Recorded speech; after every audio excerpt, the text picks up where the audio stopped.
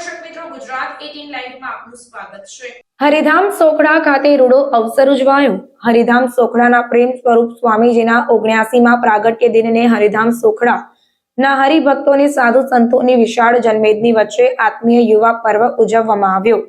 આ પ્રસંગે વડોદરા જિલ્લાના ધારાસભ્ય શૈલેષભાઈ મહેતા સહિત અનેક રાજકીય આગેવાન સાધુ સંતો ઉપસ્થિત રહ્યા।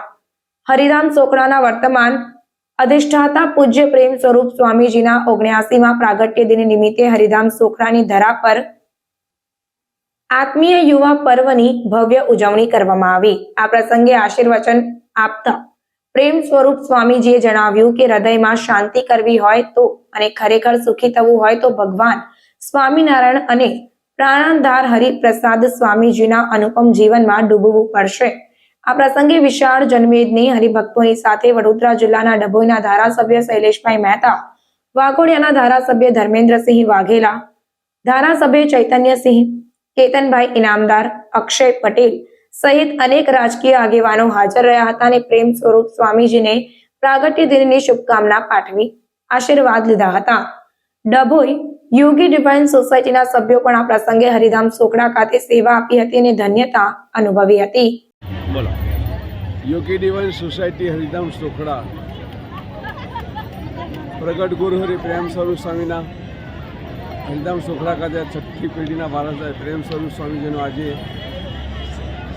79મો પ્રાગટ્ય મહોત્સવ ઉજવાઈ રહ્યો છે અને ઘણા બધા ભક્તો ભાઈઓ બહેનો સાથે પધાર્યા છે અને ખૂબ બધાને આનંદ થઈ રહ્યો છે અને પીરસવાની સવારે કૃષ્ણ નસવાડી થયેલા રઘોઈના ભક્તો પણ પીરસી રહ્યા છે।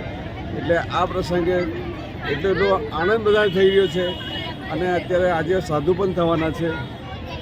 એટલે આ મહોત્સવમાં જે પધારશે એને સ્વામીજી બોલેલા કે 40 વર્ષ સાધના 4 દિવસો પૂરી થશે, 4 મહિનામાં પૂરી થશે, એવા સંતોમાં જે પ્રાકૃતિક ઉજવી રહ્યા છે। તો આપણે ખૂબ પ્રાર્થના કરીએ છીએ કે આવા મહોત્સવનો અવારનવાર લાભ લેતો જેથી આપણો છેલ્લો જન્મ થઈ જાય અને લક્ષ્ય ઉડી જાય। સહજાનંદ સ્વામી મહારાજજી જય।